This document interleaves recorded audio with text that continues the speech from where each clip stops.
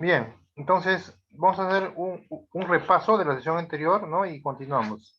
Hoy día vamos a culminar Scrum Fundamentals y también vamos a practicar con simulador web de SerGeoin, ¿no? Para ver cómo estamos. Bien. Entonces, habíamos hablado de SerGeoin, ¿no?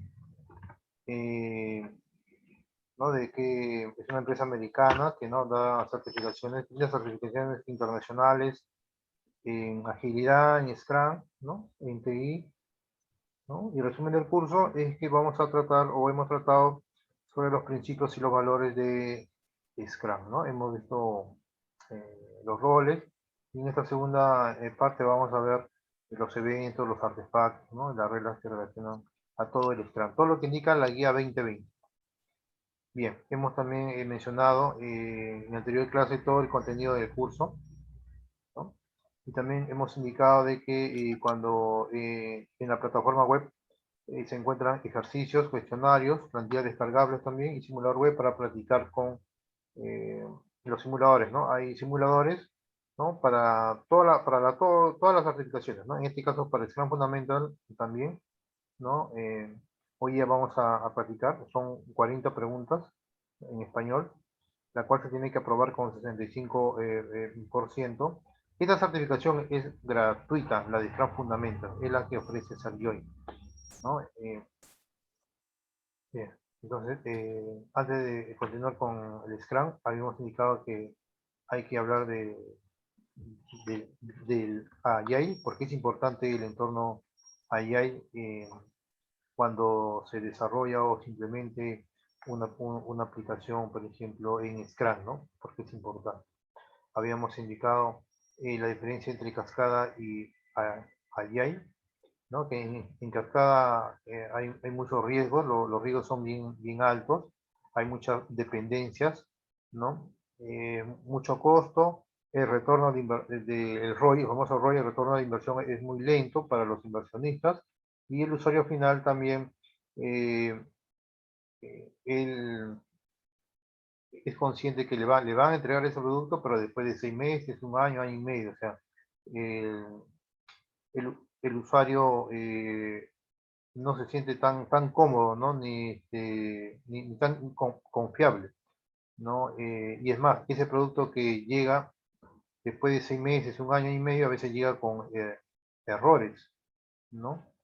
Tal es así, por ejemplo, que en un inicio se planifica, ¿no? Por ejemplo, el usuario pidió solamente una casa con 4 paredes y al final se le entrega un edificio, por, por ejemplo, ¿no?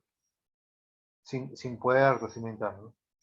No, habíamos indicado que el marco Agile es un marco, se caracteriza por ser un marco iterativo e incremental, ¿no?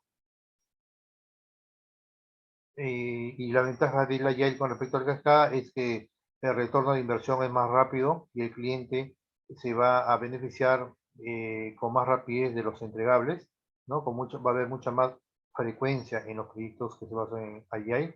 En este caso es el Scrum, ¿no? Pueden haber otros marcos Agile como XP, quizá también el Kanban, ¿no? Que es está muy de moda. Otro es el Crystal, el FDD, en fin. Bien. Ahora, hay una certificación, por ejemplo, de Scrum Developer, ¿no? De Sergioin, que sí se menciona con más detalle los marcos, ¿no? O sea, se explica más a detalle todos los frameworks ágiles. Por ejemplo, se detalla el XP, se detalla el Kanban, se detalla el FDD, y en fin, se detalla el Crystal, diferentes marcos, ¿no? En total serán como 10 marcos ágiles, ¿no? Y siempre es bueno conocerlo como cultura general, ¿no? ¿Por qué? Porque en una organización no solamente vamos a encontrar el marco Scrum, vamos a encontrar XP, vamos a encontrar posiblemente Kanban, posiblemente algunas prácticas de Crystal. Entonces, todo eso se ve. ¿Por qué? Porque hay organizaciones o la tendencia es crear justamente un marco de trabajo con todas las buenas prácticas que ofrecen los marcos Agile, ¿no? sí, el Crystal es para un tipo de, digamos, de desarrollo, ¿no? Tiene sus propias características, el XP también, el Kanban también, el Scrum, entonces, como todos tienen sus características, entonces unen, ¿no? Lo integran y forman un marco de trabajo híbrido basado en los marcos Agile, ¿no? Pero es un marco híbrido, ¿no? Porque está compuesto de diferentes marcos ágiles, ¿no? Entonces, así también las organizaciones crean, ¿no? Su propio, digamos, modelo o framework, o a veces dicen método, ¿no? De cómo desarrollar proyectos ágiles. Entonces, se basan en todas las buenas prácticas. Y encima lo combinan con la buena práctica del Paint Book y a veces con el Print Book.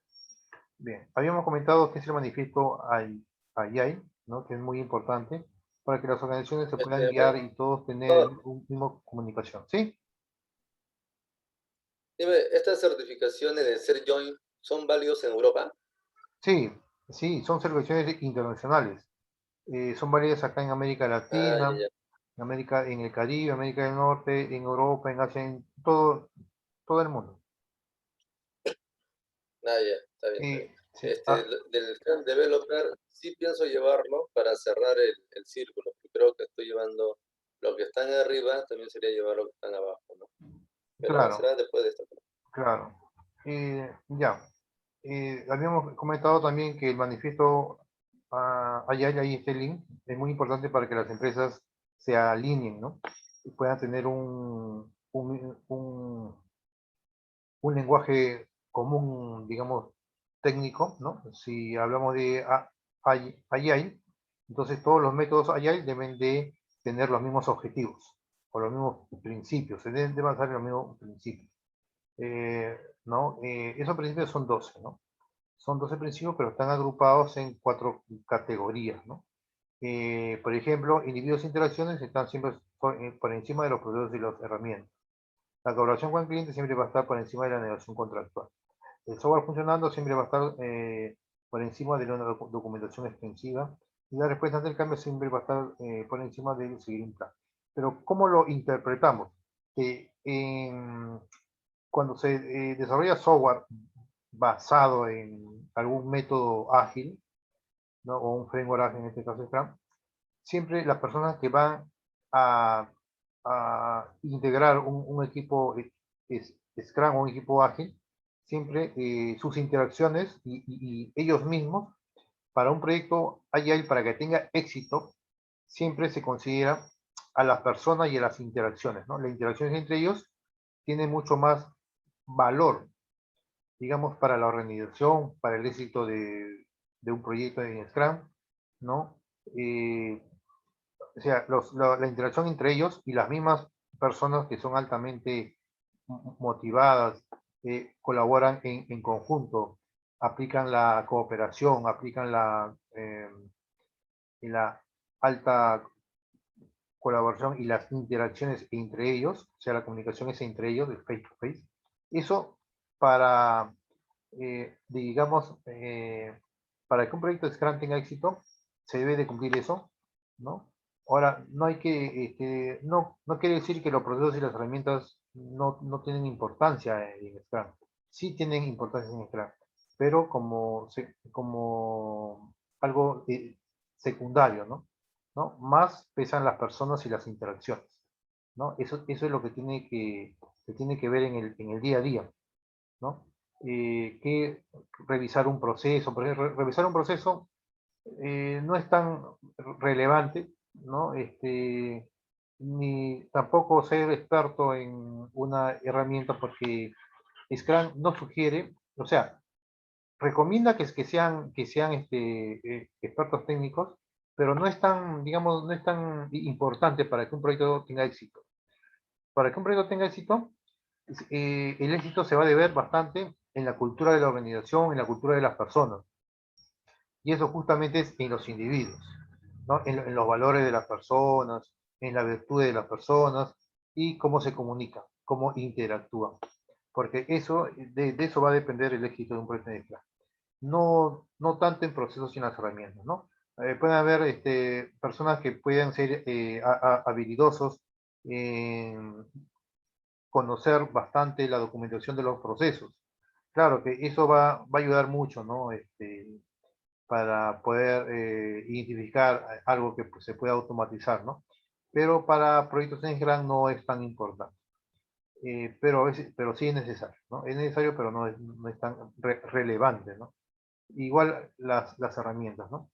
En cambio, en proyectos Waterfall sí vimos, ¿no? En proyectos Waterfall hay desarrolladores, expertos diseñadores, hay expertos testeadores, pero en Scrum no se considera tanto así. ¿Por qué? Porque se asume o Scrum recomienda que cada miembro tiene que tener, digamos, esa característica de ser una persona multifuncional, ¿no? La cual tiene que conocer de desarrollo, tiene que conocer de testa, tiene que conocer de diseño de interfaces, tiene que conocer de todo, ¿no? No necesariamente conocer una herramienta específica, ¿no? Eh, en sí, todos deben de conocer esa herramienta, ¿no? Todas las herramientas técnicas deben conocerlo todos. En cambio, en Waterfall no. En Waterfall se buscaba más la especialización. ¿Quién es experto en Java? Ah, tal persona. ¿Quién es experto en .NET? ¿Quién es experto en, por ejemplo, en Canva? Ah, ya. Entonces, o en Azure, ya. Entonces, se buscaba la especialización. Pero acá en Scrum no. Se rompe con ese mito, ¿no? ¿No? ¿Por qué? Porque si yo busco especializaciones, estoy buscando dependencias de las personas, y eso no se busca en Scrum. No se debe de eliminar la dependencia porque si se elimina la dependencia, estoy eliminando riesgo, o estoy, mejor dicho, estoy mitigando el riesgo, ¿no? Porque el riesgo siempre va a existir, ¿no? El riesgo nunca se puede eliminar en los proyectos, pero sí, se puede mitigar, sí se puede mitigar. ¿Bien? Entonces, eso es por eso que los niveles y la intervención siempre van a estar por encima de los procesos y las herramientas. Y después la colaboración con el cliente sobre negociación contractual. La colaboración con el cliente es importante en proyectos de Scrum. ¿Por qué? Porque el cliente va a participar desde un inicio del proyecto hasta el final del proyecto. Cuando en cualquier reunión interna se le solicita al cliente, el cliente es consciente de que su participación es muy valiosa para contribuir, ¿no?, al éxito de un proyecto. En cambio, en proyecto Waterfall, no. Se limita al cliente generalmente al inicio del proyecto, ¿no? Para las reuniones de inicio de proyecto, ¿no? Y el famoso shock, ¿no? Y de ahí al final, cuando ya se le dice al cliente, mira, ya está tu software y quiero que lo revises, y se preparan algunos casos nada más, algunos casos, ¿no? Y el usuario dice, ah, está bien, y lo firma. Y cuando va a producción ese software, ¿no? Dice, ah, pero yo no he pedido eso, dice, ¿no? Yo no he pedido. Entonces se da cuenta que solamente él ha firmado un documento y ha hecho algunos casitos de pruebas. Pero el sistema es tan amplio, ¿no? Que cuando sale a producción, ¿no? Los usuarios dicen, no, pero aquí tengo falla acá, no se integran los módulos, ¿no? Las pantallas no están bien hechas, es muy confuso. Entonces, hay un montón de problemas, ¿no? Problemas de diseño, inclusive problemas de desarrollo, problemas de gestión. Entonces, eso se ve en los proyectos Waterfall, pero en el proyecto sin Scrum no debe haber eso. No debe haber eso por la misma cultura que hay, ¿no? Por la misma cultura ágil que tiene que haber en una organización. Y esa cultura ágil viene desde arriba, ¿no? Viene de la gerencia. Esa cultura ágil, mejor dicho, tiene que venir de la gerencia, no solamente del equipo en Scrum. De arriba para que pueda influir en todos los colaboradores, ¿no? Y ahí hacia todos los equipos de todos los proyectos en Scrum. Entonces, esa cultura que va a permitir que haya más participación, que haya más comunicación entre todos, entre los colaboradores de la empresa, que son los analistas funcionales, que son los business order con el equipo, los miembros del equipo en Scrum. Entonces, y esa colaboración va a permitir que los entregables sean más ricos en conocimiento, en funcionalidad y en valor para el cliente, ¿no? Entonces, lo que se permite es eso, no tiene que haber eso. Tiene que haber una alta frecuencia en entrega, digamos, de componentes, ¿no? a producción, pero que no tenga errores y que tenga un alto valor para el cliente, ¿no? Y tenga una alta frecuencia, ¿no? O sea, que el cliente reciba cada semana un entregable, ¿no? Cada semana un entregable. No son los proyectos en cascada, ¿no? Después de 6 meses el cliente recién ve su producto, ¿no? Y cuando lo ve su producto, no funciona, no lo están usando, es muy lento, es muy complicado, hay muchas pantallas, ¿no? Sale errores de las pantallas, que está mal codificado, está mal testeado, los datos no son los correctos, en fin, hay una cantidad de problemas porque no han pasado. No se ha hecho ese software en base pensando en el cliente, ¿no? Pensando en los objetivos del cliente, no se ha hecho ese software. En cambio, Scrum sí exige eso. Scrum exige que el software sea pensado en el cliente mismo, ¿no? Que tiene que ser útil ese software que se pone a producción. Entonces, para que se cumpla eso, ¿no? Entonces tienen que intervenir los business order y el mismo equipo. Y también, obviamente, cumplir con la cultura, ¿no? En Scrum, ¿no? Y los 3 pilares, siempre, nunca hay que olvidarnos de esos 3 pilares, que es la transparencia, la inspección y la adaptación, ¿no? Si se cumple muy bien eso, ¿no? Porque eso lo indica la guía 2020, entonces ese componente que sale de producción va a ser un componente o un producto de alta calidad, ¿no? Y después el software funcionando, ¿no? Sobre documentación extensiva. Siempre cuando hay bastante documentación, en Scrum no se requiere que haya mucha documentación. Solamente la mínima necesaria para darle mantenimiento en el futuro, ¿no? Para darle un mantenimiento técnico. Pero lo que más se mide, lo que más es valioso para un proyecto en Scrum siempre es el software. Es el software que funcione, ¿no? Cada iteración eh, va a tener como resultado un componente de software o muchos componentes de software, ¿no? Y eso es lo que pesa más que sobre la documentación extensiva, la cual vemos en proyectos en cascada, ¿no? Ahí sí vemos documentación extensiva, ¿no? Bastante documentación. Y después, respuesta ante el cambio sobre seguir un plan, ¿no? Siempre cambios van a haber, ¿no? Tal es así, por ejemplo, que las historias de usuario que participan en la primera iteración son historias de usuario incompletas, ¿no? Son historias de usuario funcionalmente incompletas, pero son lo suficiente para que se convierta en un componente, en un entregable, ¿no? Son historias de usuario que tienen 3 líneas, 4 hasta 5 líneas, pero son las mínimas necesarias para que cuando esa historia de usuario se convierta en un componente, ¿no? Ese componente, el usuario lo use y es de alto valor para el usuario, ¿no? Y después para la siguiente iteración, según el visto bueno del cliente que ya me indicó mediante el feedback, ¿no? El cliente nos indica que sí, yo lo estoy usando, es de alto valor, pero quiero que tenga más funcionalidades, ¿no? Porque está incompleto, ¿no? Solamente tiene, digamos, lo mínimo necesario, ¿no? Pero el cliente exige que tenga más funcionalidades, pero que están relacionadas a lo que él está indicando. Entonces, en la siguiente iteración, esa misma historia de usuario se detalla más, se aclara más, ¿no? El contenido de la historia de usuario, ¿no? Entonces ya no serán 5 líneas, serán 10 líneas, 15 o hasta 20 líneas, ¿no? Entonces el conocimiento se afina más, es más transparente y tiene más utilidad. Entonces para la siguiente iteración, el cliente va a recibir ese nuevo componente, pero es un nuevo componente, ¿no? La cual las características de ese componente es justamente la sumatoria de características del componente anterior más el componente actual, ¿no? Entonces, eso es incrementar, está incrementando la funcionalidad y las características que el cliente lo solicita, ¿no? Entonces, de esa manera trabaja el Scrum, ¿no? El cliente recibe más rápido el producto, ¿no? En la primera iteración con las mínimas características. Después en la segunda iteración va a recibir más características y así, ¿no? Hasta n iteraciones, ¿no? En cambio, en proyecto Waterfall no. Vemos todas las características, ¿no? 100 características, pero después de un año. Pero ¿qué pasaría si en ese tiempo de desarrollo que dura un año, las políticas cambian, ¿no? Cambian las políticas de la organización, el cliente exige otros cambios, ¿no? Dentro de ese año exige otro software o un software mucho más valioso de que se le está desarrollando.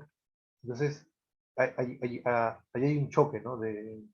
¿no? Entonces, lo que el cliente exige y lo que se está desarrollando.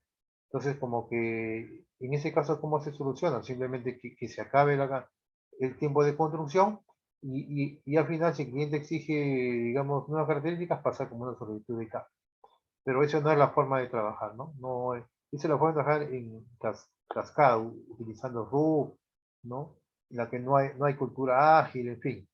¿No? En cambio, en Scrum, sí, en Scrum las iteraciones son más cortas, el entregable es mucho más rápido y con muchas más frecuencias de la entrega al cliente.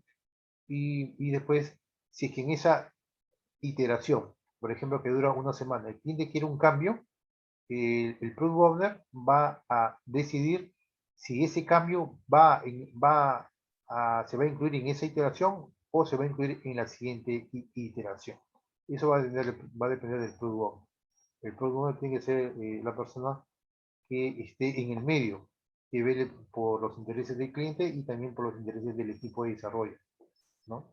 Entonces, si es muy importante esa solicitud de cambio, entonces lo analiza el Product Owner y dice, ah, si le da un alto valor al cliente, entonces paralizo. Paralizo lo que está desarrollando el equipo de desarrollo, ¿no? Y todo lo que se avanzó ya pasa para el cliente y después en la siguiente iteración, ¿no? Ya se desarrolla, ¿no? Esa nueva solicitud de cambio, ¿no? Otra vez hay que priorizar, hay que repriorizar el product backlog, pero incluyendo ya la solicitud de cambio, ¿no? Y otra vez pasa para la siguiente iteración, ¿no? Entonces, y nos damos cuenta que es dinámico, es flexible el Scrum, ¿no? Los cambios pueden haber en cualquier momento, ¿no? Y todo el equipo de desarrollo es consciente que hay esos cambios, que existen esos cambios, que en plena ejecución se puede paralizar el proyecto, se puede paralizar la iteración, ¿no? Pero siempre va a ser por mejoría del cliente, siempre, ¿no?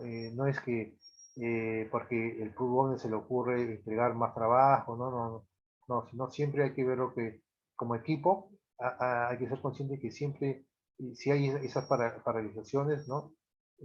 Por algún motivo, ¿no? En este caso, una solicitud de cambio, ¿no? Siempre va por beneficio del cliente y también por beneficio del equipo, ¿no? Siempre hay que verlo así, ¿sí? Entonces, son 12 principios, ¿no? Y que ahí están indicados, ¿no? 3, 6, 9 y 12, ¿no? Que todos los principios son importantes en un proyecto en Scrum. Se ven las personas, se ven las iteraciones, ¿no? Las arquitecturas tienen que ser lo más sencillas. Por ejemplo, construir un product backlog hay que construirlo bien sencillo, con un buen conocimiento del product owner y también con el apoyo del equipo de desarrollo y el Scrum Master. Hay que hacer siempre las actividades o las tareas, hay que desarrollarlo lo más simple para que no dependan de la persona que está construyendo esas tareas, ¿no? ¿No? Por ejemplo, hay un desarrollador que está creando, digamos, está haciendo la interfaz, está creando los mensajes, ¿no? Está codificando, pero lo está haciendo de una forma un poco compleja, ¿no? Seguramente tiene su estilo de desarrollar, ¿no? Y el resto del equipo lo está haciendo en base a una plantilla, en base a una estandarización. Entonces, cuando se integren, el problema es cuando se integren todas esas construcciones. Se integran y va a arrojar que no se entiende lo que uno de ellos, digamos, o sea, el software de integración, porque hay un software que integra todo, ¿no? Va a arrojar una serie de errores. Este componente no se entiende con el otro componente, no se comunica, en fin. Entonces, ¿qué se sugiere? Porque esos problemas hay, por ejemplo, en Waterfall, en el proyecto Waterfall o Waterfall. Entonces, acá en Agile no, ¿no? en Agile se recomienda que tiene que hacerse todo lo más simple, lo más sencillo, siguiendo una estandarización. Una estandarización de diseño de pantallas, una estandarización de base de datos, una estandarización para la codificación, inclusive de los componentes, de las interfaces. Debe haber estandarización para las pruebas unitarias, tiene que haber estandarización para todo tipo de pruebas, ¿no? Pruebas de integración. Entonces se recomienda eso, ¿no? Que tiene que ser lo más simple, ¿no? Hay que pensar que cuando se construye un software, ¿no? Hay que pensar que ese software se tiene que construir de la manera más transparente y más sencilla, ¿no? Y siempre respetando las políticas de la organización, en este caso los documentos de estandarización. ¿Bien? Después, todos los que intervienen en un software ágil tienen que ser personas altamente motivadas y ser conscientes que cuando un proyecto tenga éxito, el éxito es de todo el equipo. Y cuando un proyecto no tiene éxito, ¿no? Ya ahí el problema ahí todos son responsables, ¿no? Todos son responsables. No hay un solo responsable, ¿no? En el proyecto Waterfall sí, ¿no? Se indicaba, tal persona ha codificado mal, ya, y ahí le cae todo hasta que lo despiden. No, acá cuando hay un error, el error es de todo el equipo, incluyendo el Scrum Master, incluyendo el Product. Ese es cambio de la cultura, esa es cultura ágil, ¿no? Es una cultura ágil, ¿no? Y siempre eh, la, la agilidad no solamente es de la cultura, también, sino es de la persona misma. ¿Y qué entendemos como agilidad de la persona? Que tiene que ser una persona que sea altamente creativa, porque a través de esa creatividad va a crear buenos diseños técnicos, ¿no? Diseños simples, sencillos, ¿no? Y eso va a permitir en el futuro, digamos, mantenimiento más fácil, más rápido.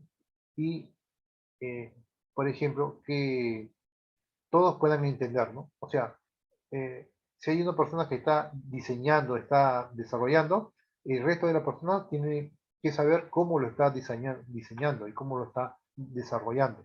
Eso también es parte de la cultura ágil, ¿no? O sea, todos saben qué están haciendo y cómo lo han hecho, ¿no? Entonces, ahí se dan cuenta si realmente lo está haciendo bien, lo está haciendo mal, está cumpliendo con los estándares, y todo se ve en las reuniones diarias. Todos los días tienen reuniones diarias y ahí todos indican, ¿no? A ver, ¿qué es lo que has avanzado? ¿Cómo lo has avanzado? ¿Y cuáles son tus tareas pendientes para el día de mañana? ¿No? ¿Tienes has identificado algún riesgo, algo o un impedimento que pueda impedir que continúes? Entonces, todos opinan, ahí dan su punto de vista o objetan algo, por ejemplo, si no le parece bien cómo lo ha construido, ¿no? Alguien puede decir, mira, pero acá tú has construido de una manera distinta o estás construyendo de una manera distinta sin respetar las estandarizaciones, ¿no? Has colocado un código un poco extraño, nuevo para nosotros.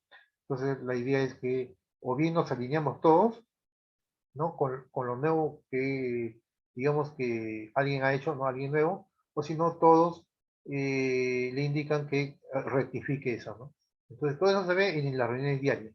Las reuniones diarias o los daily scrum son reuniones técnicas, donde todos ven todo su día a día, ¿no? Entonces, en cambio, en proyectos en Waterfall, no, ¿no? El proyecto de Waterfall es distinto, ¿no? Se le encarga un trabajo a 3 desarrolladores, todo lo desarrollan, pero nadie es, por ejemplo, o sea, su jefe, en este caso el coordinador o el gerente de proyectos, no ve cómo lo han desarrollado, ¿no? Porque confía en las personas, confían en ellos, ¿no? Pero, o sea, no se ve si están cumpliendo la estandarización, si lo están haciendo sencillo, eso, ¿no? Entonces, Scrum recomienda que mediante estos tres pilares, ¿no? Que es la transparencia, la inspección y la adopción, todo se puede hacer de manera sencilla, ¿ya?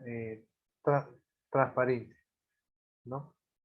Para que ese software que se construya, ¿no? Todos puedan, digamos, meter mano, ¿no? O sea, todos puedan participar. No porque una persona ha hecho, por ejemplo, un componente de ventas y la otra persona ha hecho un componente de compras, entonces como el que ha hecho componente de compras no puede ver el de ventas, y el de ventas de compras no. Eso puede haber en el proyecto Waterfall. El proyecto Scrum es distinto. El de ventas construye el de ventas y el de compras construye el de compras, pero el de compras sabe cómo ha construido el de ventas, cómo lo ha codificado. Y el de ventas sabe cómo el de compras ha codificado todo lo que es de compras. No sabe qué variables ha empleado, qué claves ha empleado, qué interfaces ha empleado. Todo es transparente, ¿no? ¿Por qué? Porque en cualquier momento uno de ellos se puede enfermar. Entonces, si alguien se enferma, cualquiera del equipo lo puede reemplazar, ¿no? Entonces, como todo es transparente, entonces cualquiera lo reemplaza y continúa. Y de esa manera estamos eliminando un riesgo de dependencia de la parte humana. ¿Sí? Pues eso se ve en proyectos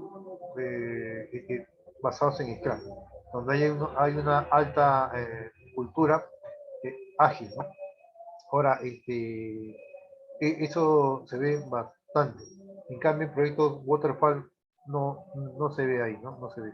Es por eso que es por eso que estos principios de manifiesto ayer es muy importante. ¿Ya? Hay que tenerlo bastante presente. Y se ven en todos los proyectos basados en Agile, en XP, en Scrum, en Kanban, en todos los proyectos se tienen que cumplir estos principios para indicar que son proyectos basados en el marco ágil. Bien, entonces, y aquí ya mencionamos también que hay otros marcos, aparte del Scrum, ¿no? El XP, el Lean Software Development, el Kanban, el FDD, la SD, el UAP, el ISP, Crystal, SDM. En la certificación de Scrum Developer ya se ve más a detalle el contenido de cada marco ágil. Para el Scrum Master no necesita conocer tan a detalle, pero si el Scrum Master lo debe conocer como cultura general, ¿no? Pero un Scrum Master más completo, ¿no? Que deba de escalar a otros proyectos, ¿no? Y para que pueda, digamos, participar y ser más productivo, ¿no? Pueda ayudar al equipo de desarrollo o al product owner, no se recomienda que conozca más a detalle un poco más de esos marcos, ¿no? Por ejemplo, ¿cuáles son las características de un proyecto XP? ¿Por qué es importante el XP, no? ¿Por qué no solo se usa en una organización? ¿Por qué en un proyecto no se usa solo el Scrum? Hay organizaciones que usan Scrum y también usan XP, combinan los dos. Entonces hay que saber a detalle en qué consiste esas características del XP, ¿no? Y uno puede recomendar, ¿no? Mira, en nuestra organización solamente se están aplicando Scrum, pero es bueno aplicar la buena práctica del XP y podemos eh, combinar o no el Scrum y el XP. De esa manera nuestros equipos, nuestro software tiene que ser más, más productivo para el cliente, ¿no? Igual, el Lean Software Development también, ¿no? Es un marco ágil, tiene ciertas características, ¿no? El Kanban también, ¿no? El FDD y en sí. Entonces, pero esto se ve, digamos, en temas de gestión, ¿no? El gestor, por ejemplo, que desea mejorar, digamos, el procedimiento de cómo desarrollar aplicaciones ágiles, ¿no? Ese procedimiento se puede actualizar constantemente, incluyendo buenas prácticas de XP, buenas prácticas de FDD, buenas prácticas de AUP, de SUP, de SDM, ¿no? En fin. Bien, y ese detalle se ve en la certificación de Scrum Developer, ¿no? Bien, entonces, aquí el fundamento del Scrum, ¿no? A mí me ha indicado que el Scrum es ligerito, ¿no? Es simple, ¿no? Está compuesto de 16 hojas, es fácil de entenderlo y es difícil de llegar a dominar porque justamente es por la observación, ¿no? ¿No? Hay que observar constantemente que los colaboradores o que los miembros del equipo de Scrum estén motivados siempre, desde un inicio y hasta el final. ¿Quién ve eso? Lo ve el Scrum Master. Entonces, hay que ser constante y ese es justamente difícil de llegar a dominar, que se cumpla todo lo indicado en la guía 2020. ¿Y qué dice la guía 2020? Que tiene que haber transparencia, inspección y adaptación. Y eso es lo más complicado de llegar a, digamos, a hacer que se cumpla eso, ¿no? Entonces el Scrum Master tiene que tener, digamos, tiene que ser un buen conservador, tiene que ser también un buen crítico, y tiene que ser un buen moderador, un buen facilitador, ¿no? Y todo eso lo tiene que cumplir en su día a día. El Scrum Master tiene que, digamos, identificar cualquier impedimento que haya, que tengan los miembros del equipo, inclusive cualquier impedimento que tenga el Product Owner, ¿no? Que les ayude a continuar con sus labores del día a día, ¿no? Entonces, la actividad del Scrum habíamos indicado que se basa siempre en el control de procesos empíricos, ¿no? La cual el mismo eh, Scrum, ¿no? En la cual se basa en un proceso empírico, ese proceso se puede modificar, se puede actualizar, ¿no? Se puede cambiar en tiempo de ejecución, ¿no? Lo puede cambiar un miembro del equipo, pero en base a su experiencia, ¿no? Ha tenido éxito en proyectos anteriores, entonces esa misma experiencia lo traslada al proyecto actual, ¿no? ¿No? ¿Para qué? ¿Para qué? Para que tengan más éxito ese proyecto, sea más fino, y sea más óptimo en costos, en tiempo, ¿sí? Entonces, para eso es muy importante el empirismo, ¿no? Todo proceso que se basa en el empirismo, ¿no? ¿Y qué significa eso? Que cualquier persona, cualquier miembro del equipo Scrum puede recomendar cambios al proceso actual, ¿no? Pero se basa en su experiencia, en los hechos que ha participado y la cual ha tenido éxito en proyectos anteriores. Entonces, ese conocimiento fino, ¿no? Ese conocimiento lo difunde entre todos los miembros del equipo y todos deciden que se debe de adaptar esos cambios. Entonces, ¿no? Entonces el proceso de Scrum se va a modificar y todos los miembros del equipo se van, digamos, a alinear al nuevo proceso de Scrum. ¿Sí? No es, por ejemplo, el proyecto Waterfall, la cual se basa en el RUP, ¿no? El RUP dice, del inicio al final, para cumplir este objetivo hay que seguir estos pasos. Y nadie puede modificar esos pasos, ¿no? Hay que indicarlo así porque así lo indica el RUP y el RUP dice que para que un proyecto tenga éxito hay que cumplir estos pasos. Pero en Scrum no es así. Scrum no es un procedimiento, no es un paso a paso. Scrum es un marco nada más. Es un marco en el cual puede ser modificado, cambiado, alterado, mejorado por cualquier miembro del equipo. Y justamente eso lo permite el empirismo. ¿Sí? Y también, y justamente, ¿y qué me va a permitir eso? Justamente que haya menos riesgos, ¿no? Porque al mejorar un proceso, también estoy haciendo que los riesgos disminuyen, que el proceso esté más controlado, ¿sí? Y la teoría del Scrum es justamente esto, ¿no? Los tres pilares soportan toda la implementación y control del proceso empírico: la transparencia, la inspección y la adaptación. A mí me ha sentido que era muy importante, ¿no? El ser transparente, ¿no? Y lo vemos digamos, en los alrededores de la información, ¿no? Donde vemos la transparencia. Dime. ¿Solo le dicen pilares o también le dicen valores? ¿O siempre lo voy a encontrar con pilares? No, pilares. En la guía dice, Pilares. son pilares. Ya, ya, Y, pilares. sí, y dice, y la transparencia, ¿dónde lo ubicamos? En los alrededores de información. La pizarra de Scrum o la pizarra Canva, por ejemplo, ahí todo conocimiento está plasmado y todos ven ahí, ¿no? Entonces hay una transparencia en conocimiento. Después se ve en el Bundle Chart, que es una gráfica también, una gráfica, la cual me va a indicar el avance del día a día, cómo va el equipo. Entonces, va a ser visible para los ojos del Scrum Master, los ojos del Product Owner, ¿no? Y ellos pueden tomar decisiones para indicar al equipo que tiene que tener algunas acciones correctivas en caso haya alguna desviación, ¿no? En el día a día.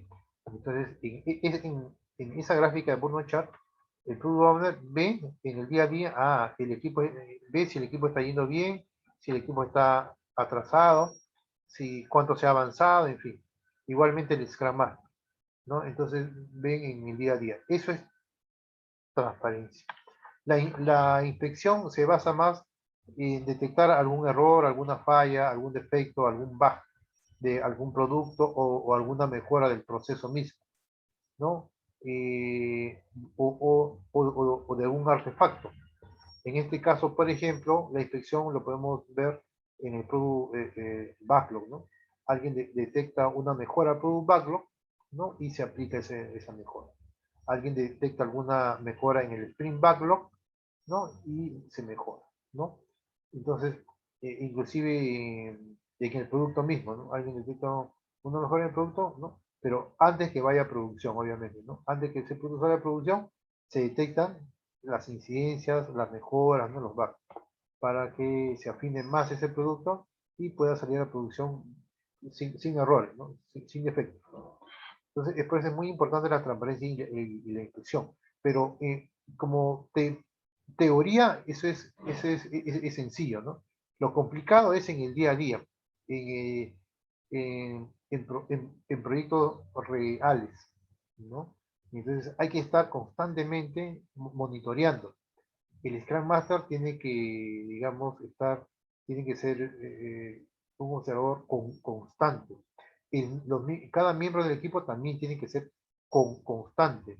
No solamente, por ejemplo, dedicarse a las tareas que se les indica, sino tiene que ser un buen observador para el resto de componentes que los otros equipos, que los otros miembros del equipo están haciendo.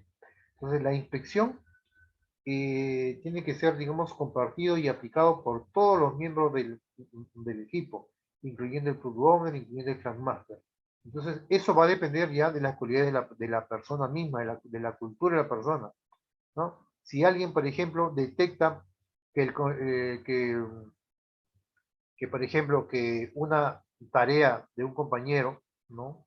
No está bien y no lo indica, no lo indica, entonces es porque algo está mal en esa persona, ¿no? Es su cultura, su cultura ágil no le permite informar y decir, a lo mejor tiene, digamos, una rencilla con el compañero, ¿no? Con un miembro del equipo.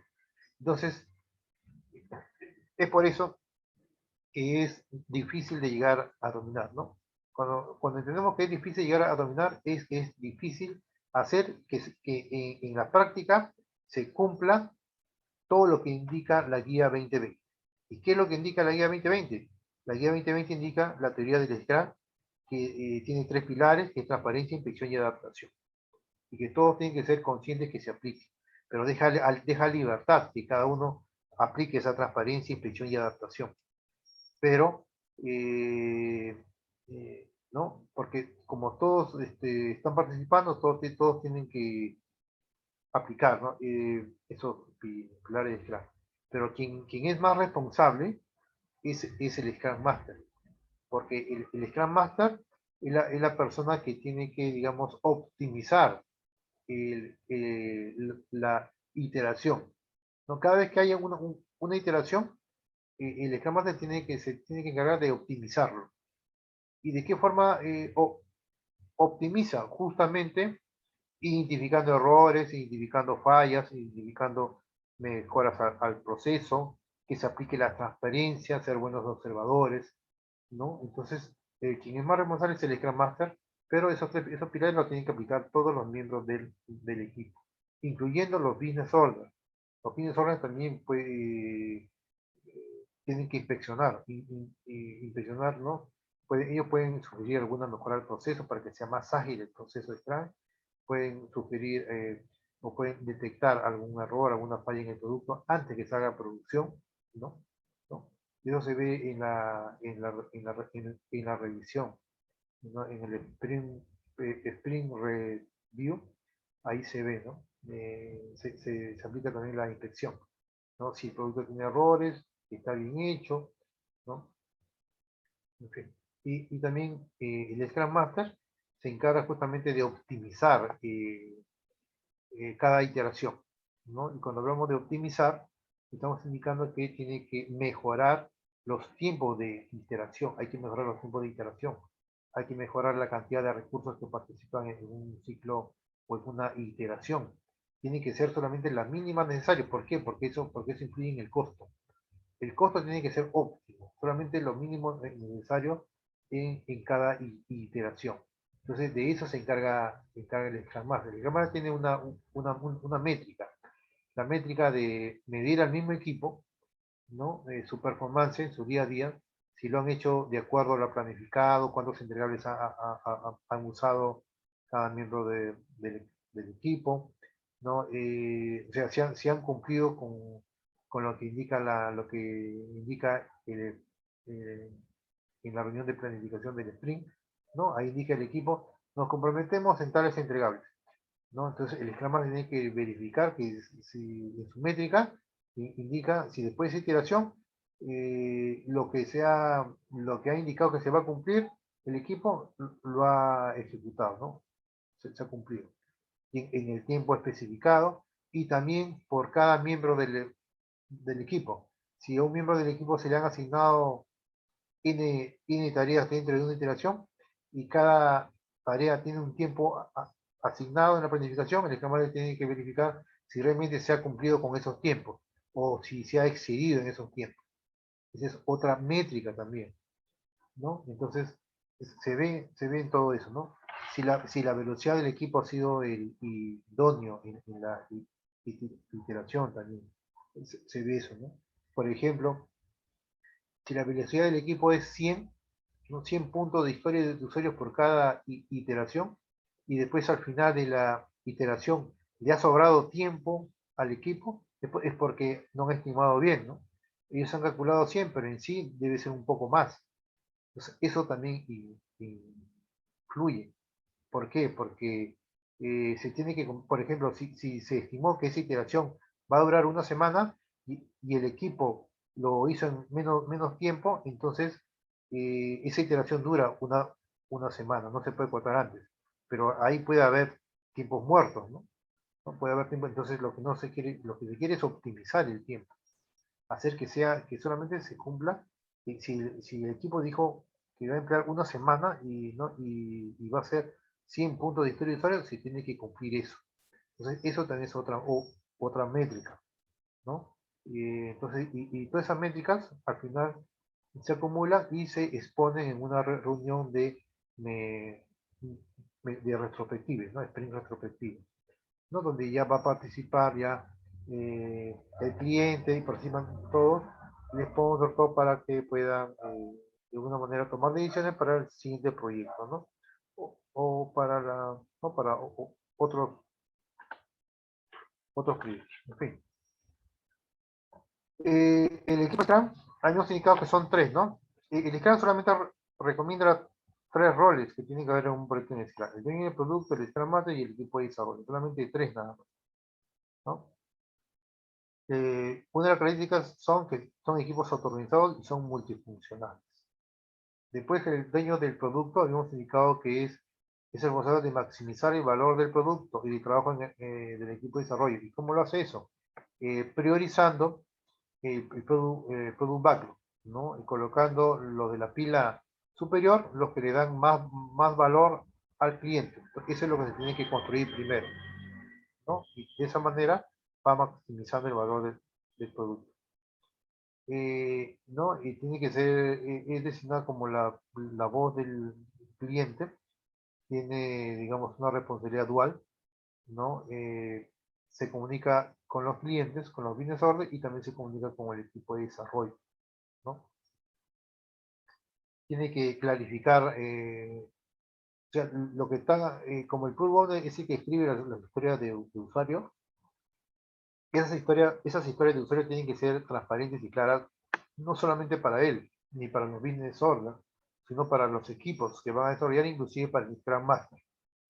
Tiene que tener un lenguaje sencillo, el cual se pueda, digamos, entender fácilmente. Las historias de usuario no pueden tener palabras técnicas, la cual solo lo entiende el Product Owner, ¿no? Tiene que tener un lenguaje común, ¿no? Que todos puedan entender. Entonces el Product Owner tiene que tener esa cualidad de saber redactar las historias de usuario. El Product Owner no redacta historias de usuario para que él solo las pueda entender, sino para que las puedan entender tanto el Business Order, lo pueda entender el Product Owner, lo pueda entender el equipo de desarrollo y lo puede entender el Scrum Master, e inclusive los stakeholders o cualquier persona de la organización. Puede ser vendedores, ¿no? Pueden ser consultores en Scrum, en fin. Entonces, esa historia de usuario tiene que ser bien redactada, ¿no? Porque si el Scrum Master, por ejemplo, puede detectar y le puede indicar al proveedor, mira, esa historia de usuario yo no lo entiendo, no está tan claro, a lo mejor requiere, por ejemplo, no, a lo mejor esa historia de usuario es una épica, ¿no? A lo mejor esa historia de usuario es una épica y se requiere descomponer en historias de usuario. Eso lo puede sugerir el Scrum Master, porque como acá se aplica la transparencia, todos ven qué hace cada uno. Entonces, el Scrum Master sabe qué está haciendo el Product Owner y cómo está desarrollando su función, ¿no? El Scrum Master también sabe qué están haciendo el equipo de desarrollo y cómo lo están haciendo. Obviamente a nivel funcional, no tanto a nivel técnico, ¿no? Ya se supone que todos los miembros del equipo ya son expertos técnicos, ¿no? Se conocen entre ellos, saben sus debilidades, saben sus fortalezas, en qué son buenos para qué tipo de negocio, qué tipo de herramientas técnicas conocen más, ¿no? O conocen menos. Entonces, todos ellos son responsables en la parte técnica. El Product Owner no puede, digamos, indicarle, ¿sabes? Que tú encárgate en Java, tú encárgate en .NET, no. Entre ellos ya se ve, ¿no? Por eso que la organización los ha empoderado ahí.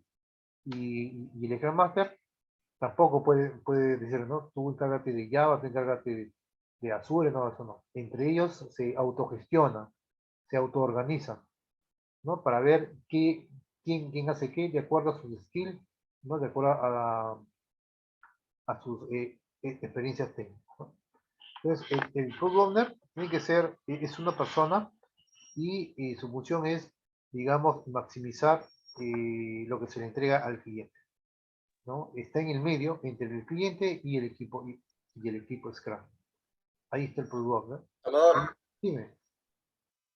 según entendí, creo que me perdí un poco, para el Product Owner escribe las historias de usuarios en el Product Backlog, ¿no? Y Sí, el equipo de desarrollo, ellos ven la parte técnica, cómo se organizan con el lenguaje de programación, con la base de datos, quién sí, hace qué parte. O sea, ni el sí. Scrum Master ni el Product Owner les divide esa tarea. El equipo de desarrollo es quien se organiza para que puedan cumplir con la historia de usuario, ¿no? ¿Sí? Así es, así es. Así es. El Product Owner, digamos, es el arquitecto funcional. Es la persona que va, digamos, a darle trabajo, ¿no? O le va a generar trabajo al equipo de desarrollo, ¿no? Y el Scrum Master es Ya. para supervisar que ese trabajo se cumpla, ¿no? En el tiempo indicado y con el presupuesto indicado. Entonces, es por eso que los tres roles son importantes. El Product Owner, quien genera el trabajo, ¿no? El equipo de desarrollo, quien lo va a construir, y el Scrum Master para quien va a monitorear, ¿no? La palabra supervisar no supervisa, sino él monitorea. El Scrum Master mo- motiva, es un facilitador, digamos, es un líder servicial. Todo lo tiene que ver como un líder, no como un jefe, sino que un líder que está al servicio de ellos, ¿no? Entonces lo ven más como un miembro del equipo de ellos, ¿no? Es parte del equipo, no lo pueden ver como un jefe, como una autoridad, no, sino lo tienen que ver como un miembro en la cual le va a ayudar a cumplir los objetivos del mismo equipo. Entonces, así lo ven al Scrum Master. Entonces, el Scrum Y en Master, la práctica, dime, en el equipo de desarrollo, ¿habrá un líder de ahí?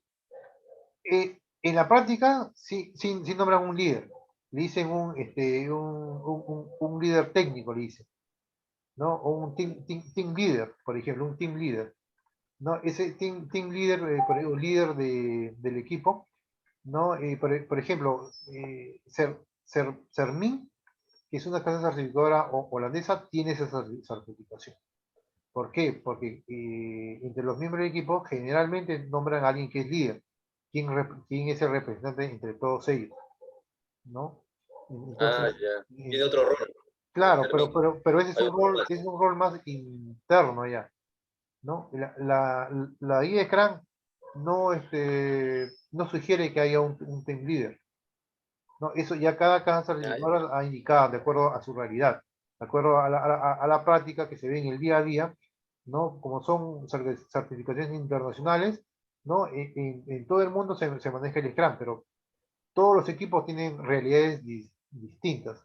A lo mejor hay equipos que no es recomendable, no es necesario tener un team leader, pero hay otros equipos que sí es necesario tener un team leader, ¿no?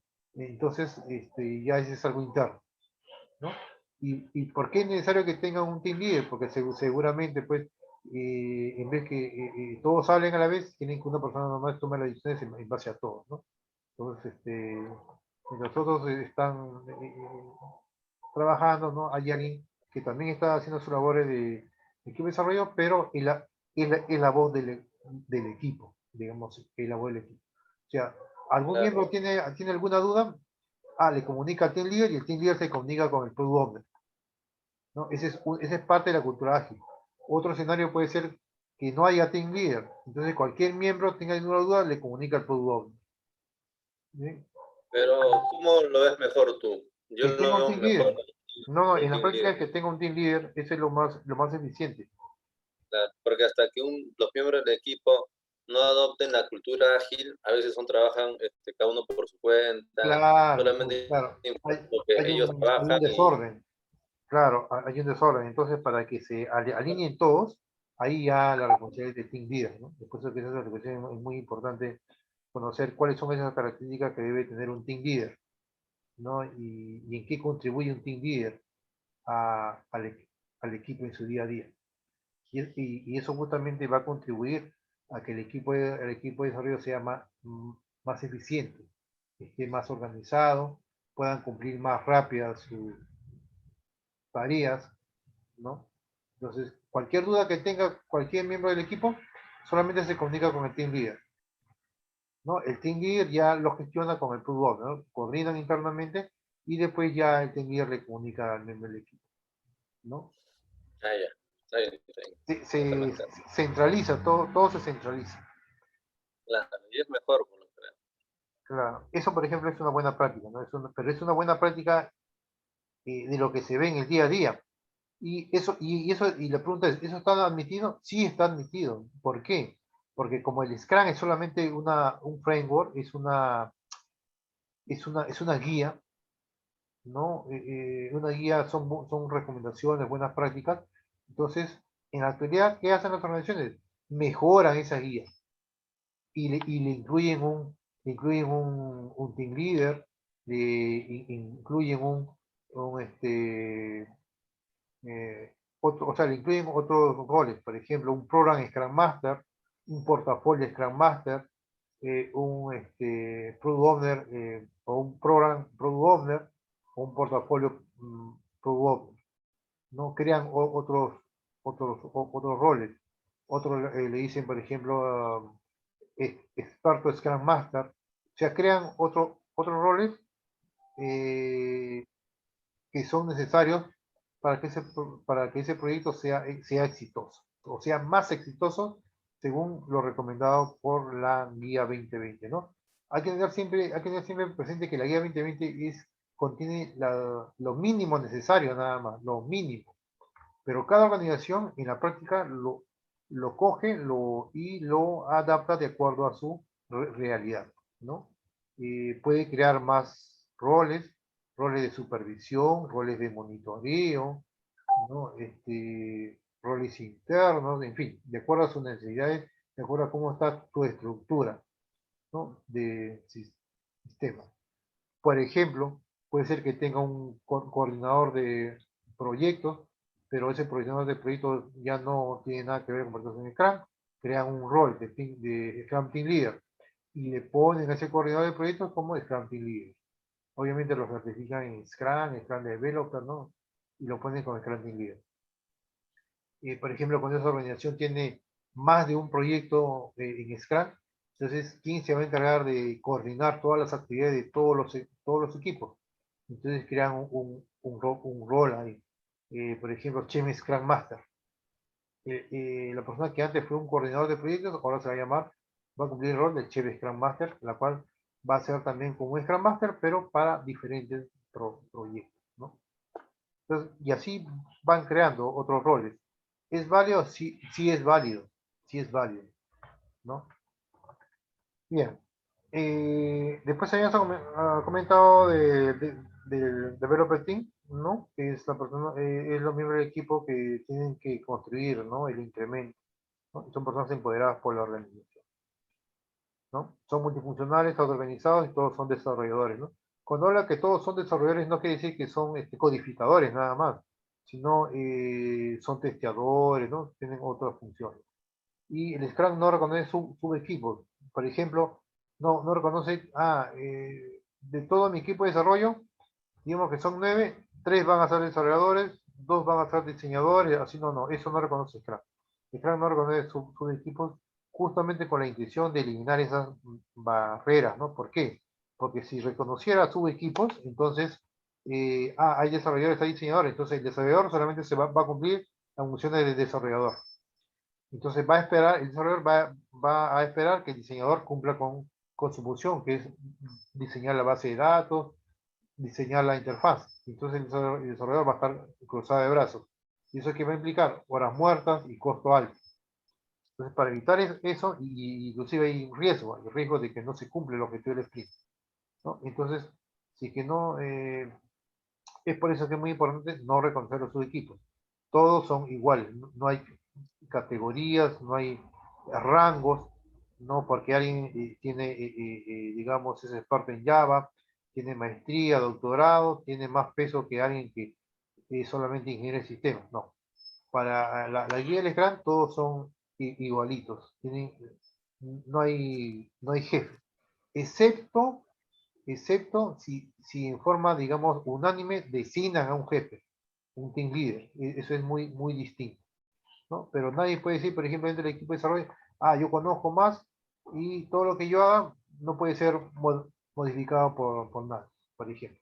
Eso se puede ver en una cultura que no sea ágil, en un proyecto waterfall. Pero en Scrum es muy distinto, ¿no? Es muy distinto. Todos se respetan, ¿no? Todos se respetan, todos tienen el mismo rango, ¿no? Digamos, todos no tienen un mismo rango, entonces el conocimiento se comparte. Si alguien sabe más, comparte ese conocimiento, justamente para evitar las dependencias, porque lo que se quiere es evitar la dependencia, porque hay que tener presente que el éxito del equipo va a depender no solamente de una persona, sino de todos, ¿no? Entonces tienen que ayudar entre todos, ¿sí? Es por eso que todos tienen el chip, ¿no? A ver, tienen ese chip en la que todos tienen que ser conscientes que todos son útiles y son necesarios. No, nadie sobra ni nadie menos. Todos son igualitos, ¿no? Entonces, se respetan, hay bastante colaboración, hay bastante transparencia, hay bastante confianza entre todos los miembros del equipo, hay una alta colaboración. Entonces, esas son características que tiene que haber en un equipo de desarrollo, ¿no? Cualquiera no puede pertenecer, por ejemplo, a un equipo de desarrollo, porque la primera entrevista para que sea miembro del equipo de desarrollo no es la parte técnica, sino es la parte emocional, ¿no? Ahí es donde caen muchas personas y por más certificados que sean, que tengan de la mejor, digamos, cada certificadora, Scrum Allianz, Scrum ORG, las cuales son muy caras las certificaciones, ¿no? Y por más certificado que tengan, y no pasan ese examen, que es, digamos, el examen psicológico, ¿no? Porque ahí en el examen psicológico se ve si esa persona va a trabajar en equipo, si sabe trabajar en equipo, si va a durar poco, va a durar mucho, si es muy impulsivo, si no le gusta colaborar, ¿no? Si es muy explosivo, ¿no? Entonces, todas esas cualidades se ven en las entrevistas psicológicas. Y es lo primero que evalúa, ¿no? Sí, Es, es, es una entrevista, es un examen largo donde el resultado final es un PDF con varias hojas, ¿no? Donde te miden varias cosas, como tú dices, varios así puntos, es. ¿no? Y te Eso es, por califican. ejemplo, ese es un examen crítico, ¿no? Ya en segundo plano ya te toman el examen ya técnico, ya, en segundo plano. Y después te toman un examen de gestión también, para como son autorganizados, tienen que ver cómo se gestionan entre ellos, ¿no? Le dan un caso, acá hay tales personas, tales tareas, cómo distribuirías estas tareas entre tales personas y por qué lo distribuirías, ¿no? Sabiendo que ellos tienen tales skills, ¿no? Tales tareas, entonces la persona el postulante tiene que justificar por qué ha incluido esta persona con estas características a estas tareas, ¿no? Entonces, eso también es otro tipo de examen de autogestión, de gestión y de autogestión, ¿no? ¿No? Ese es un examen y el otro es el examen técnico, ¿no? Que pueden ser muy expertos técnicos, pueden ser buenos desarrolladores, pueden ser buenos testers, ¿no? Han participado en diferentes tipos de pruebas de humo, pruebas ágiles, han hecho escenarios de prueba, han construido casos de prueba, han hecho pruebas automatizadas, en fin, son expertos. Eso es la gran mayoría, en un 90% son expertos técnicos, pero en un 10% es justamente lo que le falta, ¿no? Le falta la parte de gestión y la parte psicológica, ¿no? Y es por eso que muchos caen ahí. En ese 10%, en ese 10% caen muchos, ¿no? Entonces, es por eso que no es tan sencillo, ¿no? En la práctica no es tan sencillo tener un equipo de desarrollo en la que todos puedan, digamos, estar bien alineados. Entonces, ¿cómo hacen las organizaciones actualmente? Hay dos formas de elegir equipo de desarrollo. O bien dentro de la misma organización, ¿no? Porque la misma organización ya sabe ya tales personas, cómo se comportan, ¿no? Si son, digamos, transparentes, no son transparentes en lo que están haciendo, si son comunicativas, no son comunicativas, si son extrovertidas o son calladas. Entonces, todo eso ya la organización ya sabe, porque están trabajando años en la organización. Entonces, de acuerdo a esas características, saca, ¿no?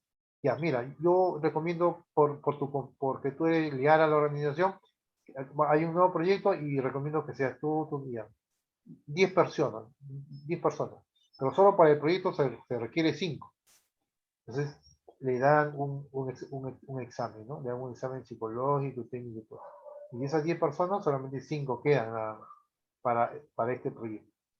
Y si no encuentra dentro de la organización, todos están ocupados o no cumplen con las características, digamos, para el proyecto, ya hacen convocatoria, ¿no? Convocatoria hacia el exterior, ¿no? ¿No? En las redes sociales, necesito tal personas, con estos perfiles.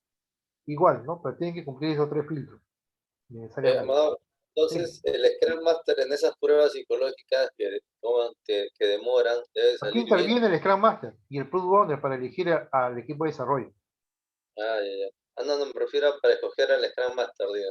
Porque Sí. tú puedes estar certificado, puedes tener plata, te certificas en 20 cosas, pero tú al interno eres una persona que reniega, es un poco soberbia.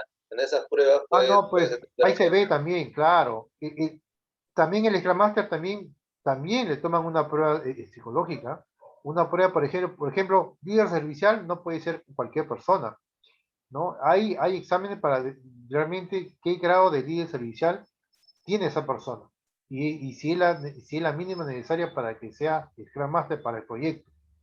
Entonces, Claro, porque las personas no somos perfectas, ¿no? Tenemos días, no sé, días claro, un poco claro, molestos, días tranquilos. Entonces creo claro, que todos buscan tienen diferentes equilibrio. características, ¿no? Entonces, lo difícil de esto es justamente eso, cómo formar un buen equipo de desarrollo, o cómo tener un buen Scrum Master y cómo tener un buen Product Owner, ¿no? Ser líder servicial es una de las características más complicadas y más difíciles de conseguir, porque el líder servicial no puede ser una persona, por ejemplo, que solamente que ha cumplido el rol de gerente de proyectos o coordinador de proyectos, ya, láncelo como Scrum Master. ¿Por qué? Porque tiene una alta confianza. Eso hace realmente la gran mayoría de las organizaciones. Lanzan como Scrum Master o como Product Owner al personal de ahí, de la misma organización, ¿no? Porque les ha sido fiel hasta la fecha, ¿no? Les ha sido fiel como gerentes de proyecto, les ha sido fiel como coordinadores de proyecto o como jefe de proyecto, en fin. Entonces, para que siga siendo más productivo y leal, lo forman como Scrum Master, lo forman como Product Owner. Pero eso no quiere decir que va a ser exitoso ese proyecto, ¿no? El Scrum Master tiene que tener ciertas características. Y líder servicial, eh, eh, tener alta colaboración con los miembros del equipo, ser una persona que sea buena observadora, Hay, detectar es muy complicado, ¿no? hay, hay cursos o especializaciones que dicen especialización en habilidades blandas o algo así, ¿no? Eso, por ejemplo. Las habilidades Eso, blandas es muy importante, ¿no? o sea, sería bueno de repente también capacitarse, ¿no? Porque a veces hay personas que tienen sus habilidades blandas más desarrolladas que otras, ¿no? Claro. Pero yo creo, o tú como lo ves, siempre es bueno, de todas maneras, llevar esos cursos para que tú puedas descubrir qué te falta y mejorarlo, ¿no? O qué ya Sí. tienes de repente. Por ejemplo, uno de los cursos que lleva todo Scrum Master es gestión de conflictos. Ese es un curso muy importante. Gestión de Gestión de conflictos, conflictos. el Scrum Master, gestión de conflictos también lo debe llevar cualquier miembro del equipo de desarrollo. ¿No? Como, por ejemplo, hay un conflicto interno, ¿cómo solucionar ese problema? ¿No? El Scrum Master No, generalmente ¿dónde actúa de mediador. Ya. ¿Que eso es un curso separado? ¿Solamente es gestión de conflictos del curso nada más? No, son varios, ¿no? Uno es gestión de conflicto, otro es gestión de habilidades blandas, ¿no? Cómo tener habilidades blandas, ¿no? Son cursos complementarios. Cuando uno lleva esos cursos, uno le va a ayudar mucho, ¿no? A desenvolverse, porque esa es la idea, ¿no? Que cuando haya, por ejemplo, cuando uno tenga algún problema dentro, digamos, de la ejecución de un proyecto, ¿no? Entonces, esos cursos me van a ayudar a indicarme cómo yo debo de desenvolverme, ¿no? ¿Qué habilidades necesito yo tener para desenvolverme en tales situaciones, ¿no? Entonces, esas son las habilidades blandas, ¿no? Cómo me debo de comportar, cómo debo de resolver ese problema, pero no desde el punto de vista técnico, sino desde el punto de vista, digamos, emocional, ¿no? Entonces, eso se ve en la gestión de habilidades blandas. Y también la gestión de conflictos. Cómo resolver un conflicto, ¿no? Yo como Scrum Master, una de mis funciones es justamente resolver problemas, pero no problemas técnicos, sino problemas de gestión, problemas entre los miembros del equipo. Por ejemplo, yo veo que hay rencillas, entonces, ¿cómo yo resuelvo eso? ¿No?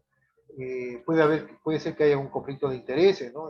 Todos quieren sobresalir para que tengan el próximo proyecto. Entonces, ¿no? Que se ve en la práctica eso, ¿no? Todos están esforzándose para que sean incluidos en el siguiente proyecto, ¿no? Pero ahí se ve alguna rencilla, ¿no?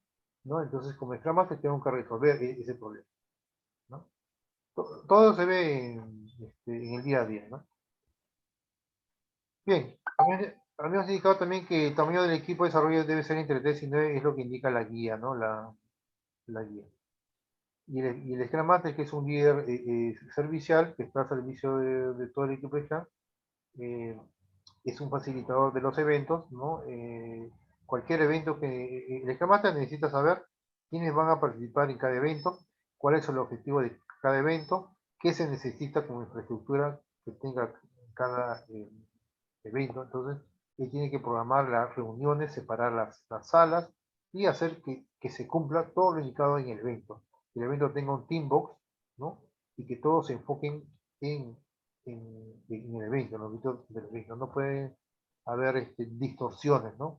si el objetivo de la reunión es ver, por ejemplo, la planificación del sprint, y por ahí alguien habla de otro tema, ¿no? Por ejemplo, ¿no? De otro tema, entonces el Scrum Master tiene que intervenir, ¿no?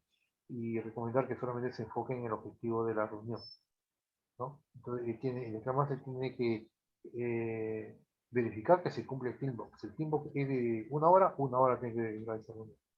Tiene 15 minutos, 15 minutos, ¿no? ¿no? Y después indicarle cuáles pueden ser esos riesgos que pueda tener en una reunión. También tiene que indicarle el Scrum Master, ¿no? Que tiene que tener pizarras acrílicas, tiene que tener un ambiente cómodo, no puede haber ruidos. En un ambiente, lo peor que puede haber en un ambiente es ruido, ¿no? Un ruido que alguien está, por ejemplo, colocando un cuadro y está ahí con el martillo haciendo ruido. Alguien está cantando, alguien está poniendo música fuerte, en fin. Eso no debe haber. Eso son restricciones. Entonces, el ambiente tiene que ser cómodo. E inclusive el ambiente de trabajo también tiene que ser cómodo. El equipo de desarrollo tiene que desempeñar sus funciones en un ambiente cómodo, agradable, ¿no? Para que pueda desempeñar con más éxito, ¿no? Y eso es justamente la función del Scrum Master, ¿no? Es un facilitador de eventos, tiene que resolver problemas, tiene que saber gestionar conflictos, tiene que eliminar impedimentos para poder, nadie debe tener impedimentos porque está cruzado de brazos, ¿no? Nadie debe tener impedimentos para desempeñar sus funciones en el día a día. De eso se encarga el Scrum Master. Y para que el Scrum Master pueda desempeñar bien sus funciones, tiene que ser un buen observador y tiene que ser un buen crítico. Porque cuando alguien es un buen crítico, ¿no? Entonces va a criticar, falta algo, falta algo, falta, entonces siempre su mente está así, ¿no? Falta algo, me parece que aquí está faltando algo, y justamente eso que está faltando algo, no hace que el equipo se desenvuelva bien.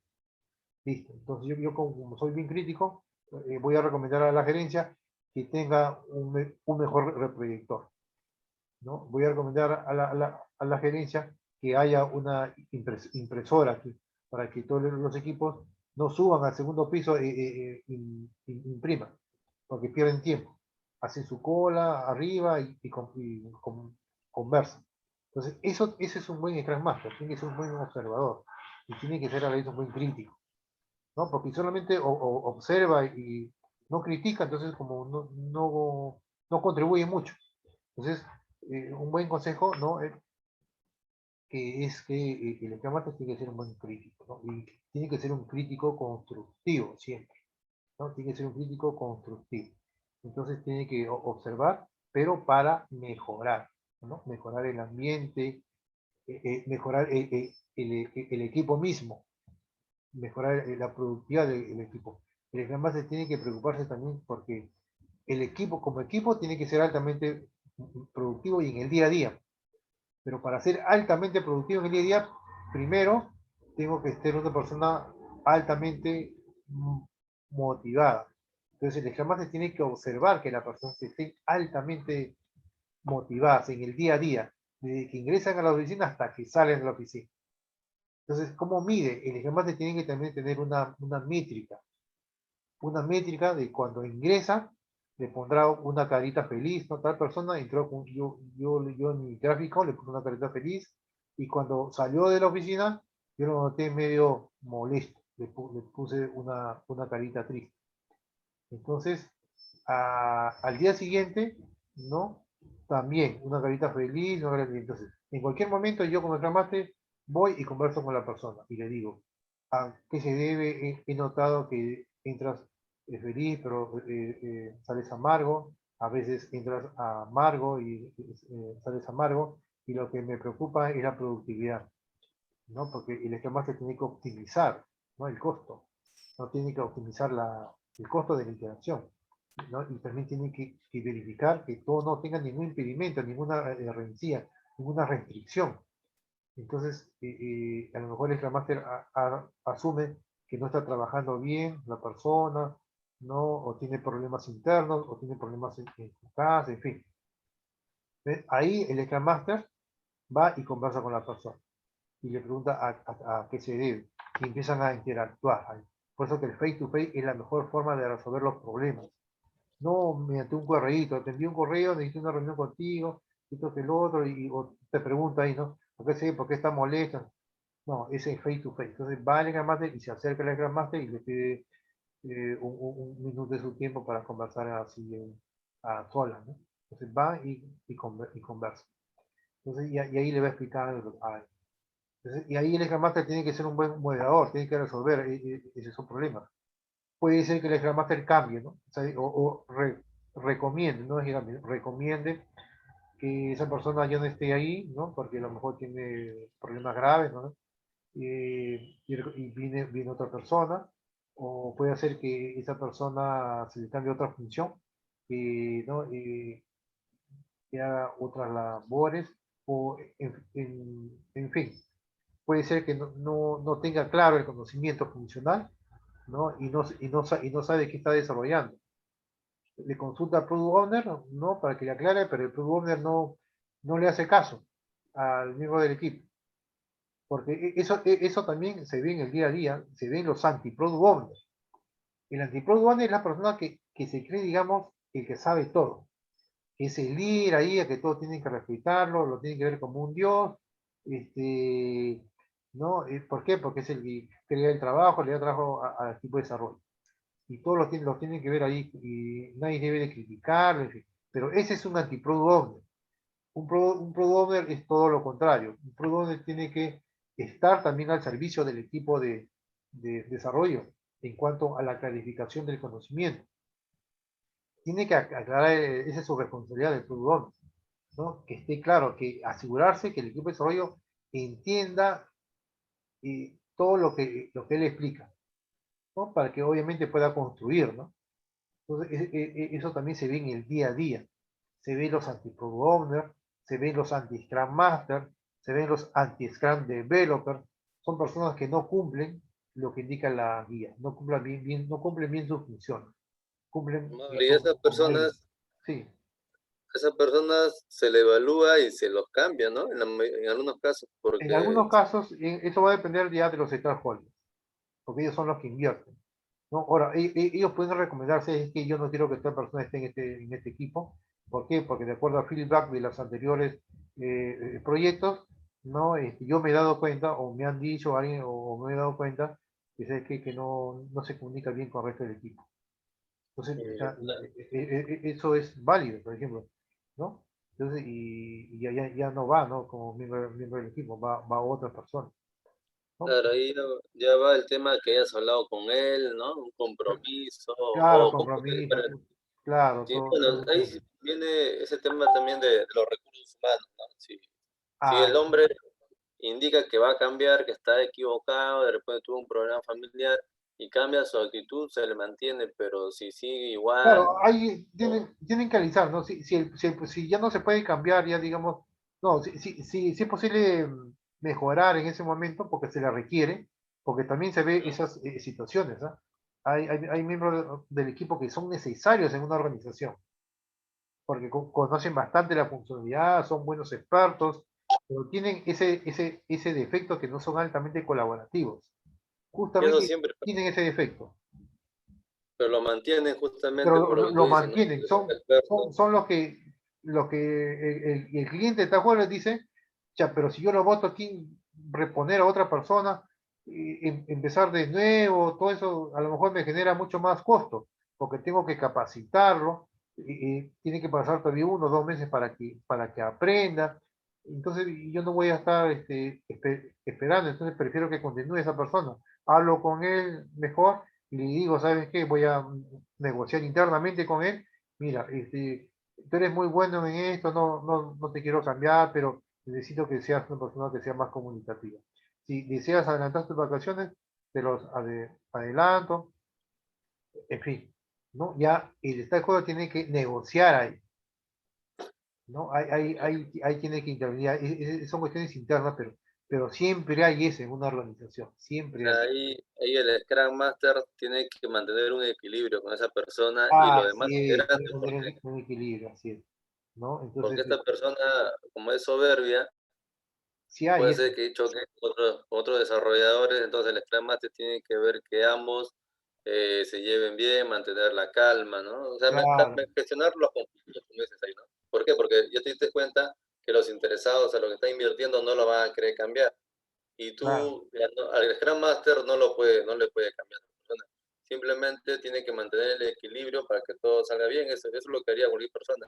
claro, claro. Todo el Scrum Master tiene que mantener que haya un equilibrio, ¿no? Un equilibrio técnico, un equilibrio emocional en la persona, ¿no? Porque siempre se ve en el día a día, se ve que la persona quiere sobresalir, quieren sobresalir más que otras, ¿no? Ya olvidan de la guía 2020, ¿no? Y Quieren tratan ser Scrum de, Master. claro, y entonces ya en el día a día ven eso, ¿no? Entonces, para eso está el Scrum Master, el rol de Scrum Master, ¿no? Por eso que la guía Scrum ha dicho, tiene que haber 3 roles necesariamente, y son los mínimos que se necesitan. Product Owner, equipo de desarrollo y Scrum Master, ¿no? Bien, entonces el Scrum Master también colabora con el dueño del producto, le puede recomendar algunas herramientas técnicas para priorización, para estimación, en la clarificación del conocimiento, con respecto a las historias de usuario, a las épicas, e inclusive a las estimaciones de las tareas. El Scrum Master puede dar su opinión, ¿no? El Scrum Master con respecto al equipo de desarrollo tiene que asegurarse que el equipo de desarrollo haya entendido también todo lo que el Product Owner le haya indicado, ¿no? El Scrum Master tiene que eliminar cualquier impedimento que tenga el equipo de desarrollo y tiene que ser un facilitador de los eventos, tiene que resolver problemas y, en fin, digamos, es un miembro leal a la organización y también al equipo de desarrollo, ¿no? El servicio del Scrum Master con respecto a la organización, que el Scrum Master se va a encargar de adoptar el Scrum, ¿no? Por ejemplo, si hay un procedimiento en una organización, generalmente hay un procedimiento de desarrollar aplicaciones ágiles. Y ponen Scrum, ponen XP, ponen un montón de frameworks. Entonces, ese procedimiento ya lo debe de saber el Scrum Master. Y ese procedimiento le tiene que transmitir ese conocimiento a todos los miembros del equipo. Si por ahí en plena ejecución algún miembro del equipo no entiende ese procedimiento, entonces le consulta al Scrum Master, ¿no? No entiende el procedimiento, ¿no? Y el Scrum Master le explica cuándo aplicar XP, cuándo aplicar el Scrum, por qué aplicar la combinación de los dos, ¿no? ¿No? Y en fin, le explica eso. O cuando se quiera adaptar Scrum por primera vez en una organización. En una organización solamente hay proyectos en Waterfall y si requiere aplicar el Scrum, entonces vamos a llamar a un Scrum Master para que nos ayude a adaptar el Scrum. Entonces, adaptar el Scrum, ¿qué quiere decir? Crear un procedimiento de desarrollo de aplicaciones basadas en frameworks ágiles. Ahí incluimos el Scrum, entonces el Scrum Master va a contribuir en su conocimiento en crear ese procedimiento, ¿no? Ahí va a incluir el Scrum va a incluir el XP, entonces, ¿qué quiere decir eso? Que el Scrum Master también tiene que conocer de esos métodos ágiles, ¿no? Para que pueda adoptar el Scrum en una organización, tiene que saber de XP, cuáles son esas buenas prácticas que recomienda XP, tiene que saber de FDD, tiene que saber de Crista, tiene que saber de Kanban, ¿no? En fin, tiene que saber de todo un poquito para que pueda crearse un procedimiento, digamos. O si ya existe en una organización, él puede recomendar incluirla, uno de ellos, ¿no? Para que esté mejor el procedimiento. Cuando más características ponga, pero obviamente estudiadas, ¿no? Que no tienen otras, ¿no? Yo coloco ahí y hago que sea más completo, más productivo el procedimiento, ¿no? Para en beneficio de la organización, ¿no? Y el cliente, por ejemplo. Entonces, ese es el esquema. Después, los eventos. Todo evento tiene un teambox, ¿no? Una duración máxima, todo evento dura, ¿no? Tiene una duración máxima, no se puede acortar ni se puede alargar. Y justamente esto es muy bueno para poder inspeccionar de forma adecuada, ¿no? Sirven para habilitar la transparencia, ¿no? Se aplica la transparencia. Los eventos en Scrum, o qué eventos ocurren durante una iteración. ocurre una reunión de planificación del sprint, el sprint planning meeting, los scrum diarios o las reuniones diarias, el trabajo de desarrollo que es la construcción del software, la revisión del sprint es una reunión de revisión de los entregables, la retrospectiva del sprint es para indicar cuáles son esas mejoras que han habido dentro de la iteración o esas malas prácticas para no recomendarlas para otras iteraciones. Entonces, ¿qué es una reunión de planificación del sprint? Ahí hay una reunión en la que participa el Product Owner y el equipo de desarrollo, ¿no? Y el Product Owner le indica todas las historias de usuario del Product Owner, le va a explicar en qué consiste cada uno. Y el equipo de desarrollo se compromete, ¿no? En esta iteración o en este sprint nos comprometemos en tales historias de usuario, las vamos a convertir en componentes. Y también les tienen que indicar cómo lo van a convertir, cuántos van a participar, qué tareas se le va a asignar a cada uno y justificar por qué a tal persona te estás entregando tales tareas, en cuánto tiempo y por qué en ese tiempo, ¿no? Y las tareas siempre es mínima 2 horas, dura como tarea, y como máximo 8 horas. No puede haber una tarea que se divida o se complete en 2 días, no, eso no puede haber. Mínimo 2 horas durante el día o máximo 8 horas. ¿No? Hay personas que se quedan 10 horas, 12 horas durante el día para resolver una tarea. Eso también es otra métrica, ¿no? ¿No? Una métrica, por ejemplo, si se determinó que una persona va a durar 8 horas como máximo una tarea, ¿por qué se ha demorado 10 horas? Y ahí se ve cuáles han sido esas causas de que se ha demorado. Para poder el Scrum Master detectar, ¿no? o indicar cuál deben realmente ser esas acciones correctivas. Obviamente en coordinación con el equipo de desarrollo, ¿no? ¿Cuál deben ser esas acciones correctivas para que esa persona, en vez de 12 horas, se demore solamente 8 horas, o posiblemente menos, ¿ya? Entonces, puede ser que no tenga conocimiento técnico la persona, se haya distribuido mal, no han hecho una mala organización de la distribución, ¿no? De las personas, es que una persona con pocos skills se colocó a una tarea compleja. Eso siempre ocurre y generalmente se ve eso. ¿Por qué se demoró más? Otra causa puede ser que sabes que yo como miembro del equipo de desarrollo he tenido dudas. He tenido dudas funcionales, quiero que me aclaren más. He conversado con el Product Owner no ha podido resolverle y él se ha comunicado con el business order y el business order tampoco le ha indicado. Entonces está así, está en un loop, está en un tiempo de espera. Y después ya, faltando, digamos, 3 horas para... o sea, yo estoy o sea, yo como miembro del equipo tenía 8 horas como máximo. A partir de la tercera hora, yo me di cuenta que tenía una duda. Le consulté y demoró 6 horas. Y después de las 6 horas recién me han dado la respuesta a la aclaración. Y por eso que me he demorado 2 horas más, ¿no? Algo así. Entonces, ahí hay, digamos, hay que clarificar algo, ¿no? Primero hay que identificar cuáles son esas causas de la demora. Puede ser que el Product Owner no le haya explicado bien en ese momento. Puede ser que el equipo de desarrollo no haya entendido bien también, ¿no? Se le preguntó y dijo que sí, sí entiendo, sí entiendo, sí entiendo, ¿no? Se confió, ¿no? Porque dice, no, como todos hemos participado en la reunión que el fútbol nos ha explicado a todos, entonces yo voy si tengo alguna duda, no me voy a comunicar con el fútbol, simplemente le voy a decir a un miembro del equipo.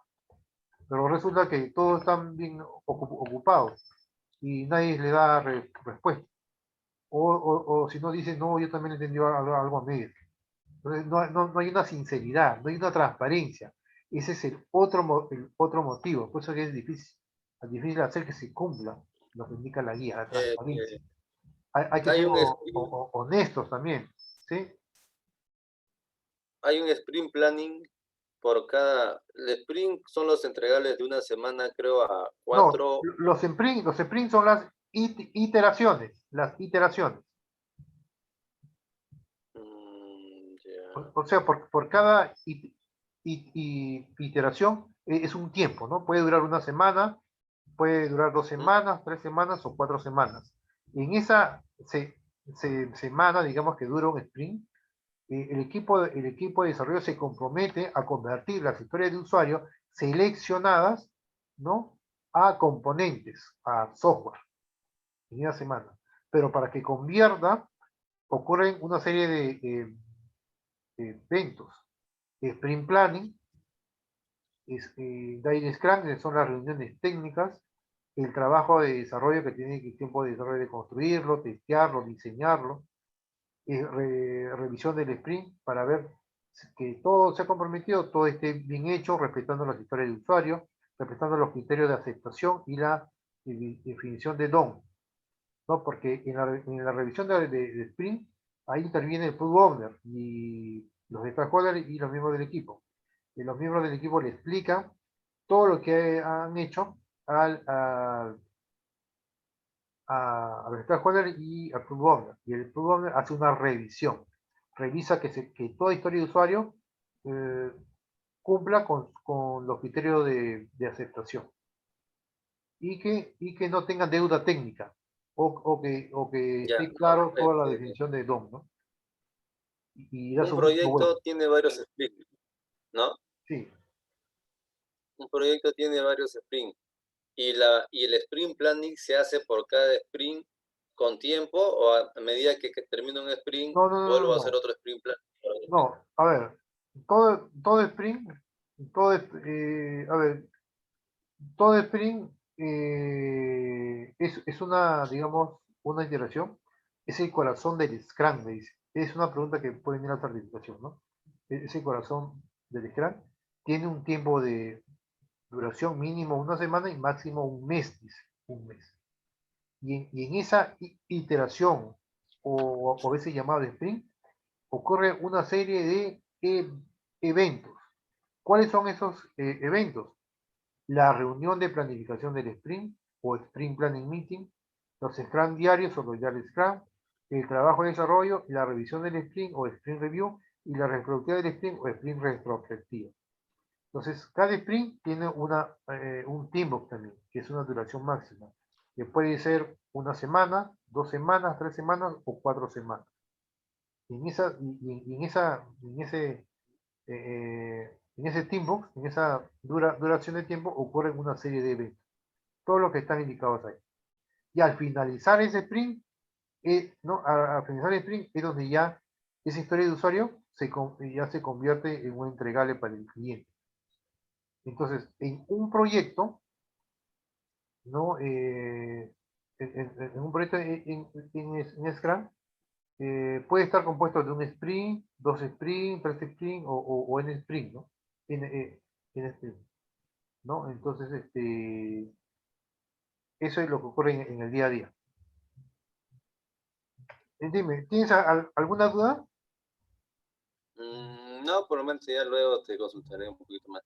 Oye, dame unos 10 minutos, por favor, ¿ya? Ya.